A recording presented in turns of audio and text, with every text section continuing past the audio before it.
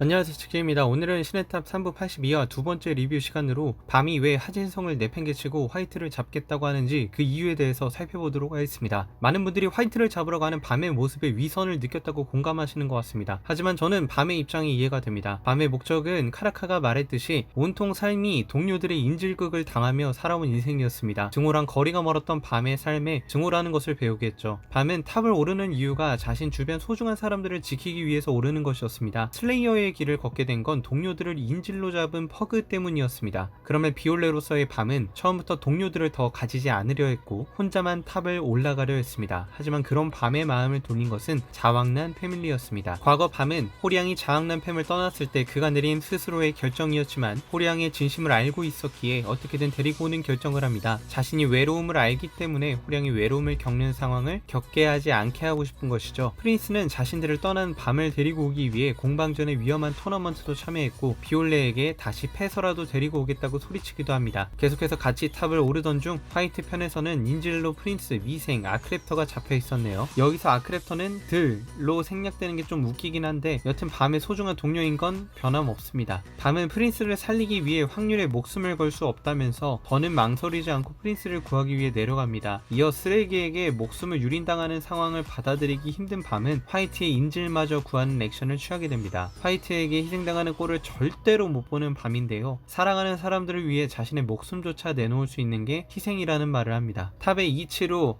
약육강식을 강조하는 화이트에게 밤은 완전히 사상적으로 상극인 존재입니다. 밤은 라크와 이하를 잃었다고 생각했을 때 가디언의 신에게 자신이 신이 되는 방법을 가르쳐달라고 합니다. 동료들이 죽었다는 걸 명확하게 알았다면 그때는 흑화에 한 발짝 더 다가갈 수 있었겠죠. 이처럼 밤이 힘을 원할 때의 이유는 항상 자신의 동료들을 지키기 위해서였습니다. 가디언의 신은 어떤 힘을 어떻게 쓰느냐가 진짜다 라고 조언해줬습니다. 감정에 휩쓸리지 말라고 말하죠. 지금이 딱 그 경우입니다. 밤이 가진 강대한 힘을 어떤 식으로 쓸 거냐가 문제인데 방법이 가디언의 신이 원하는 방법과는 거리가 있어 보이는 게 사실입니다. 밤이 강해지는 이유는 사랑하는 사람들을 지키고 그들 곁에 남기 위해서입니다. 하지만 이번 둥지전쟁에서 하진성을 구하기 위해 많은 희생들이 치러지고 있는 현실은 확실히 모순점이 있습니다. 밤은 둥지전쟁에서 죽어가는 사람들의 희생을 당연히 여기지 않습니다. 자신을 평범한 인간이라고 얘기하며 소중한 사람을 지키기 위해 전장에 오는 건 당연한 것이라고 말합니다. 이것이 예전 소호에게 멘탈 공격을 받고 일어선 밤의 스탠스인 겁니다. 밤이 위선자라고 생각하면 사실 밤의 동료들 중 멀쩡한 사람은 거의 없을 겁니다. 화이트를 부활시킨 쿤도 쓰레기 취급을 피할 수 없죠. 정리하겠습니다.